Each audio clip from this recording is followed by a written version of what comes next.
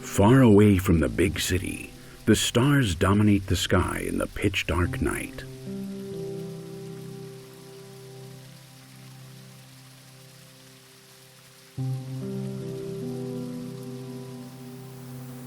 In these remote sites, in the heart of the Pyrenees, the night is still dark. Here, the mantle of stars still shapes the silhouette of the mountains which reach towards the sky. Deep in the valleys, the summits protect us from the light pollution of faraway cities. Here, night can be lived to its fullest. The darkness, the sounds, the breeze, the pleasant freshness, the aromas, all the senses tell us about the night.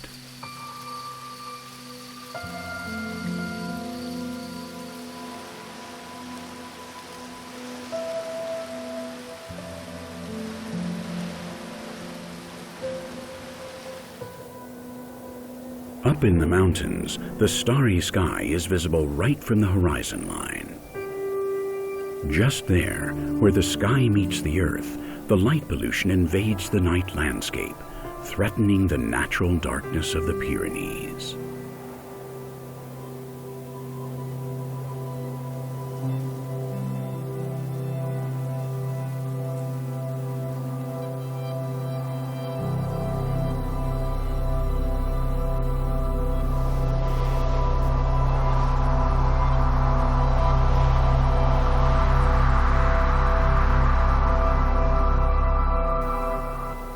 Eos, goddess of the dawn, gets ready to turn out the shadows of the mountains and the lights of the cities. It is the end of the night.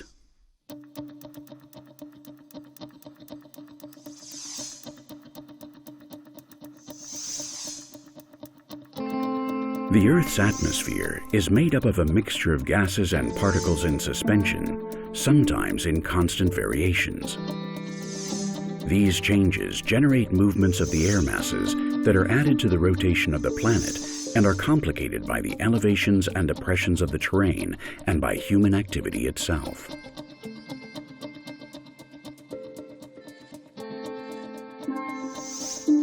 Some days, air traffic changes the appearance of the sky. The trails of condensation left by airplanes can make a clear day cloudy. In addition, visible light itself is made up of different colors, and each of them behaves slightly differently in this medium.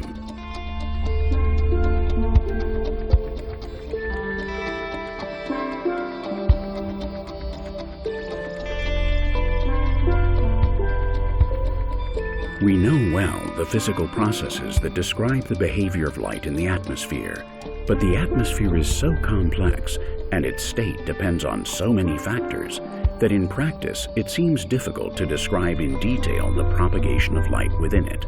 This is what happens with weather forecasts, which despite their gradual improvement, continue not being able to forecast the weather in each moment and place on Earth.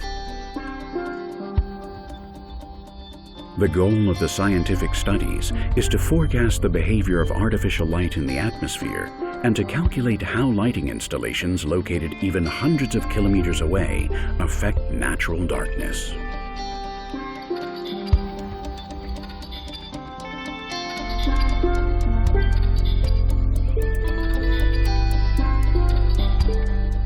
From the Pyrenean peaks, we can see on the horizon the lights of distant cities. But also from space, 400 kilometers above sea level, the photographs show us a landscape full of artificial light.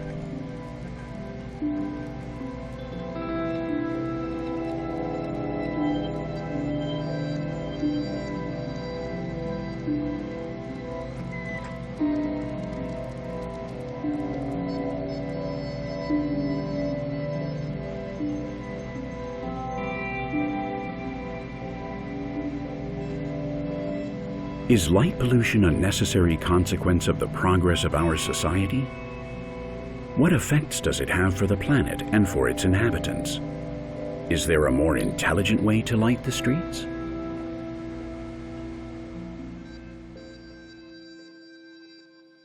Public lighting is one of the most welcome and demanded services by citizens.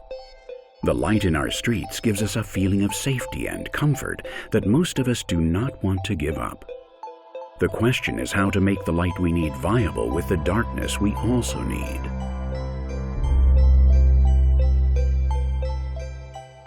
Lighting systems should be designed to illuminate only where light is needed, not exceeding the level that allows us to see well, and dimming the intensity when it is hardly needed.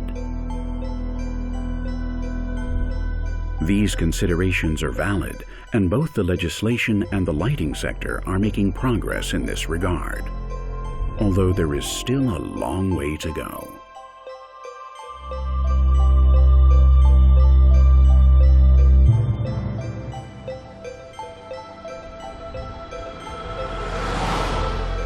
Solid-state devices, such as the LED lamps used in streetlights, allow instant on and off. They can also control very precisely the amount of light they release. Taking advantage of these characteristics in a general way would mean a considerable saving in consumption without compromising the lighting service. These new devices have also enabled the generation of a debate that until recently had not been raised with enough scope: the choice of light color. Which is the most suitable to light up the night?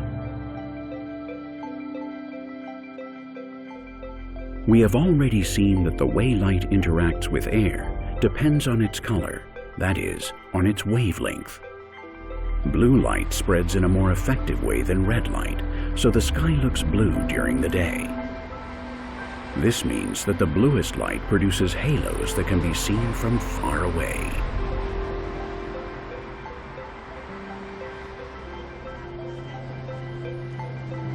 Therefore, under the same conditions, lampposts that release more blue light will cause more light pollution. Then which luminaires emit blue light?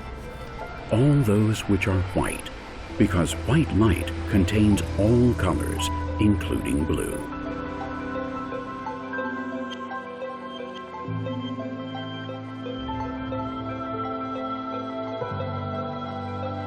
Those who defend white light compared to more orange lights argue that it produces colors better. But what color do things have? Let's do an experiment. Look at the color of something close to you. What color do you see it now? And now?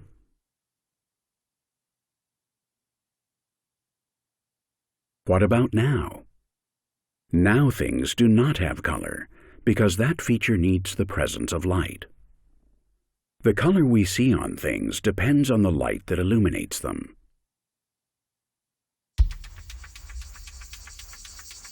During the day, the sun provides us with a reference. However, if we look closely, we see that the daylight is not the same at noon as at sunset, in summer as in winter, on the coast or in the high mountains.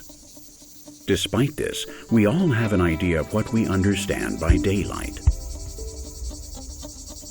In a natural way, we tend to think that the true color that things have is what we perceive of them when they are illuminated by daylight, that is, the light provided by the sun. But what is our reference for night light? The only natural lights out there every night are those of the heavenly bodies, too dim for our visual system to perceive colors clearly. With no natural references, we need to create a light for the night, a new pattern of night light that we all should agree on. Would this be the right moment to choose the color that least interferes with sleep and produces less light pollution? Some people believe that cities are better when there is more light. They always want more and more light. Consciously or not, they're choosing a daylight model for the night.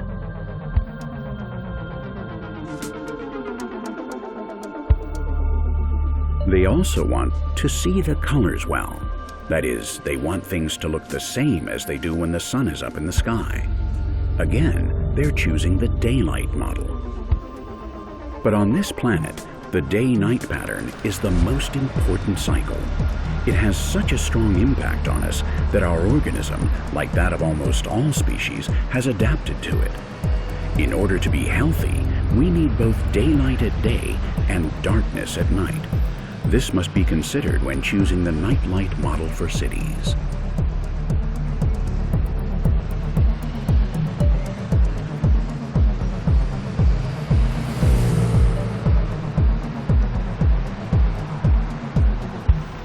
For years, scientific teams analyzing the consequences of light pollution have said it loud and clear. At night, you should use as little light as possible, and always in warm tones, orange and amber. Unfortunately, these guidelines are not being followed in the world.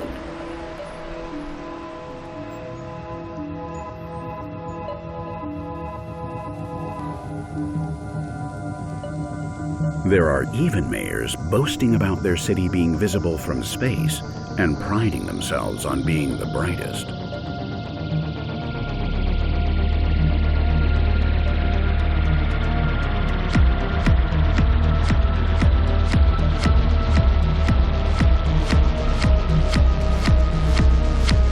Nowadays, light pollution is growing on average more than 2% each year. The lighting of our streets, which we hardly take advantage of in long periods of the night, affects the natural darkness even for hundreds of kilometers around.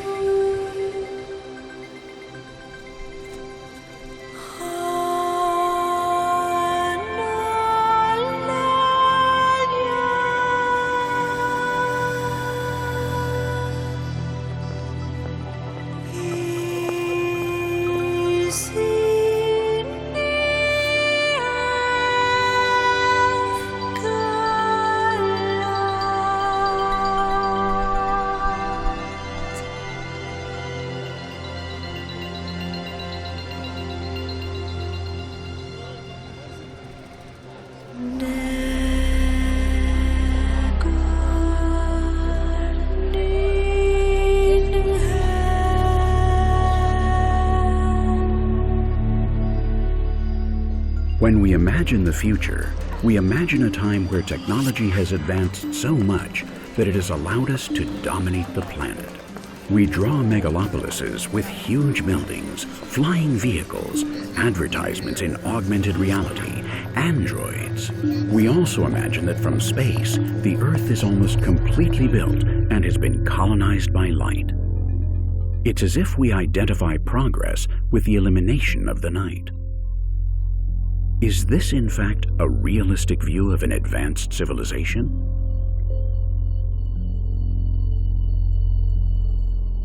In the same way that today we believe it is more modern to live in clean cities with little air pollution, it is likely that in a few years this night vision of the towns will seem old-fashioned to us, identifiable with a poorly developed society.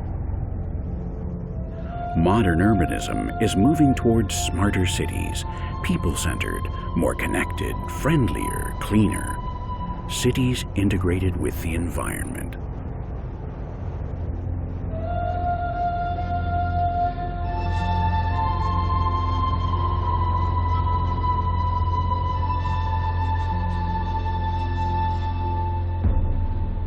The principles on which sustainability is based tell us that no more resources should be used than are naturally generated. When this principle is breached for long periods of time and globally, great ecological crises occur.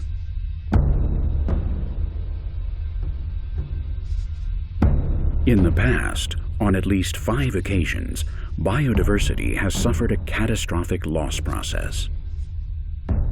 Although we usually associate large extinctions with unpredictable catastrophic phenomena, such as the impact of an asteroid, the massive eruption of volcanoes, or even the explosion of nearby stars, the truth is that there is increasing evidence that biological activity itself has a determining role in these events.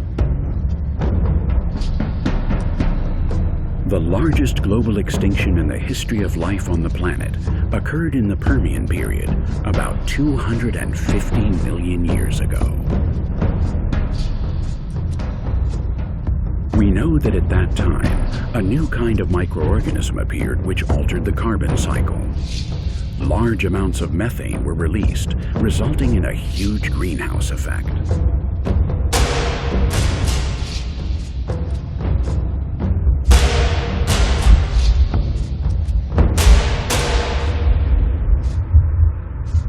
The unusual volcanic activity of that time triggered the catastrophe.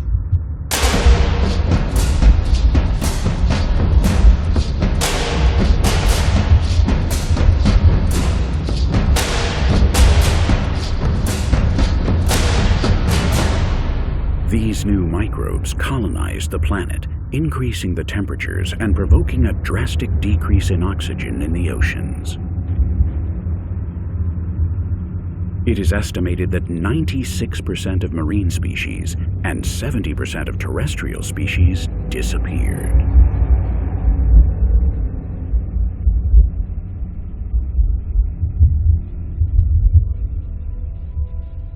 After the disaster, new species emerged from those that had survived, and evolution continued its endless course.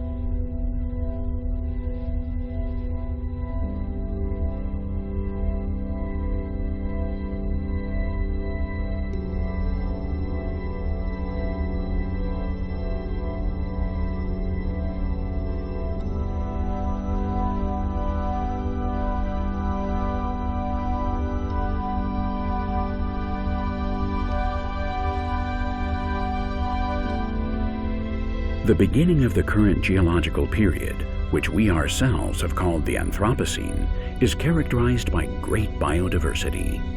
However, the appearance of Homo sapiens and our global expansion are causing a great stress in diverse ecological niches. Many ecosystems are disappearing, and so are thousands of species.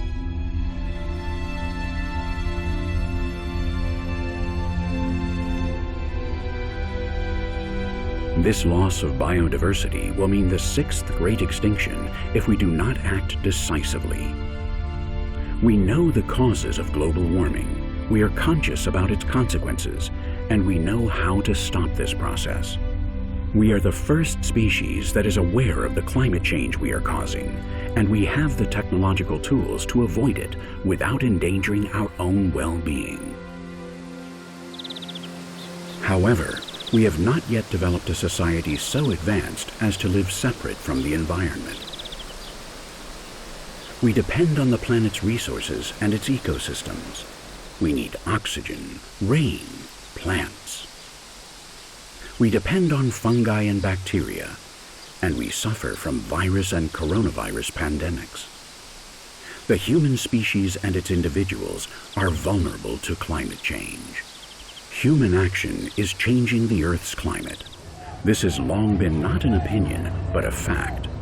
Now, not only ecologists and scientists, but also the youth of our planet demand action now. The use of fossil fuels must be stopped and sustainable lifestyles adopted. The future of the human species is at stake.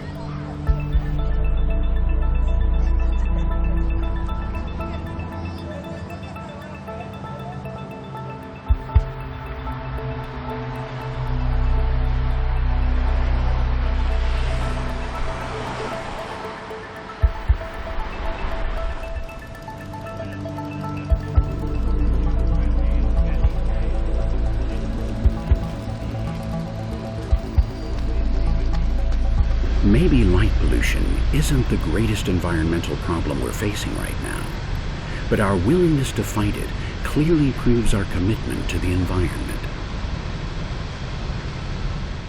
The darkness of the night is an essential part of the natural cycle, and both we and most of the living beings that we share this planet with need it. To reclaim it, we can't continue flooding the cities with light. This lighting model is not sustainable. We are smart organisms aware of our own existence, with imagination, feelings, convictions, dreams. We have built advanced societies based on values as wonderful as solidarity or social justice that we have translated into educational, judicial, or health systems for everyone.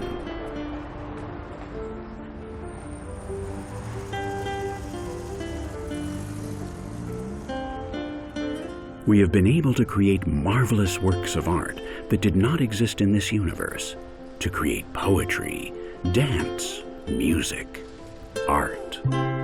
We have given birth to incredible collective constructions such as science and philosophy, and we have even used them to achieve a better society.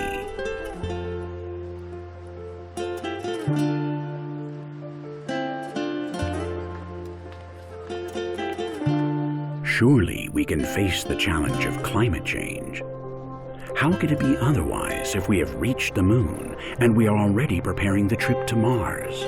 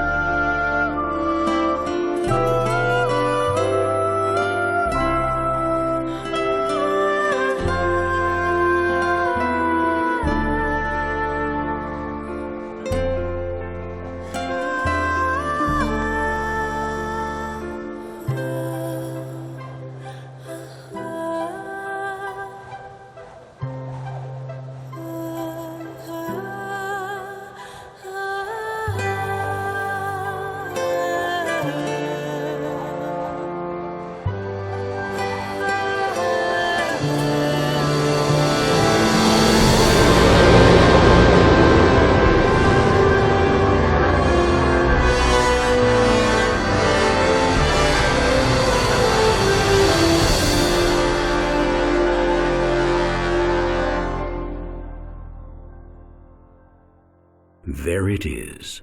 Take a careful look at it. So fragile, so delicate, so beautiful. This is what we are talking about.